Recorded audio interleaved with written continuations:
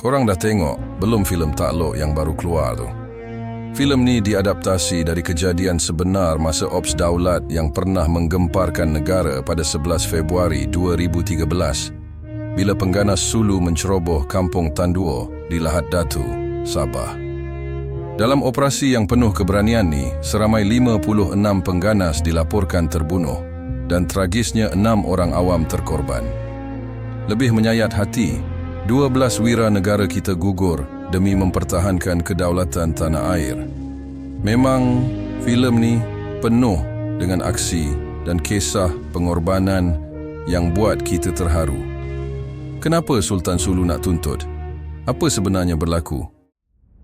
Begini ceritanya, Filipina sudah lama menuntut Sabah berdasarkan sejarah Kesultanan Sulu. Dulu, Kesultanan Sulu adalah kerajaan Islam yang pernah menguasai sebahagian selatan Filipina serta beberapa bahagian Borneo, termasuk Sabah. Latar belakang sejarah, pada abad ke-17, Kesultanan Sulu mempunyai hubungan yang rapat dengan Kesultanan Brunei.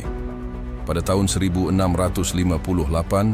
Sultan Brunei memberikan atau menyewakan wilayah yang kini dikenali sebagai Sabah kepada Sultan Sulu sebagai tanda terima kasih atas bantuan ketenteraan yang diberikan oleh Sulu kepada Brunei dalam menyelesaikan konflik dalaman mereka. Kemudian, pada tahun 1878, Sultan Sulu menandatangani perjanjian dengan dua pengusaha Eropah, Gustavus von Overbeck dan Alfred Dent dari British North Borneo Company, BNBC. Namun terdapat kekeliruan dalam terjemahan perjanjian itu. Versi dalam bahasa Sepanyol menyatakan bahawa Sabah disewakan, manakala versi bahasa Inggeris menyebut Sabah dijual atau diserahkan. Perbezaan interpretasi inilah yang menjadi punca Filipina menuntut Sabah pada kemudian hari. Pergeseran kepemilikan Sabah. Pada tahun 1946, selepas Perang Dunia Kedua dan pembubaran British North Borneo Company, Sabah secara rasmi diserahkan kepada British sebagai koloni. Pada tahun 1963, Sabah bersama Sarawak, Singapura dan Malaya bergabung membentuk Malaysia dan Sabah menjadi salah satu negeri dalam Persekutuan Malaysia. Klaim Filipina terhadap Sabah. Pada tahun 1962, Filipina di bawah Presiden Diosdado Macapagal secara rasmi menuntut Sabah. Filipina berpegang kepada sejarah Kesultanan Sulu yang dikatakan masih mempunyai hak ke atas Sabah. Menurut mereka, Sabah tidak pernah diserahkan sepenuhnya kepada British, tetapi hanya disewakan oleh Sultan Sulu kepada BNBC. Oleh itu, mereka percaya Filipina sebagai penerus Kesultanan Sulu berhak ke atas Sabah.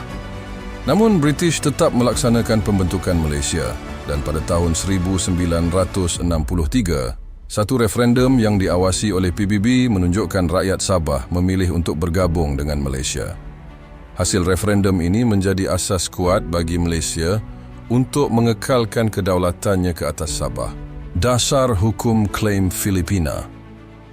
Filipina berpendapat bahawa Sabah adalah wilayah yang disewakan oleh Kesultanan Sulu, bukan dijual.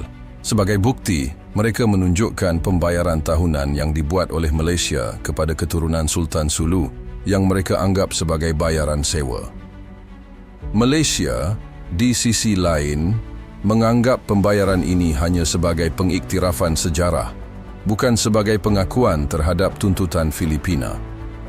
Filipina juga mengkritik referendum 1963 dengan alasan bahawa rakyat Sabah tidak diberi pilihan untuk bergabung dengan Filipina, pandangan Malaysia.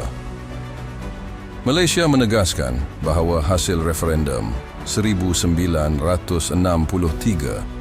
yang menunjukkan rakyat Sabah memilih untuk menjadi sebahagian daripada Malaysia adalah sah dan sahih. Malaysia juga menegaskan bahawa Filipina secara rasmi telah mengabaikan tuntutannya ke atas Sabah pada tahun 1989,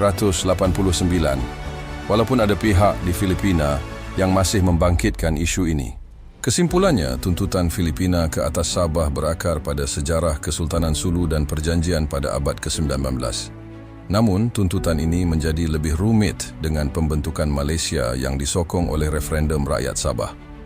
Walaupun Malaysia masih membayar pampasan tahunan kepada keturunan Sultan Sulu, mereka menolak tuntutan Filipina dengan alasan bahawa referendum yang diawasi oleh PBB membuktikan Sabah memilih untuk bergabung dengan Malaysia. Sehingga kini, isu tuntutan Filipina terhadap Sabah masih menjadi perkara sensitif dalam hubungan kedua-dua negara, namun secara antarabangsa, Sabah diakui sebagai sebahagian daripada Malaysia.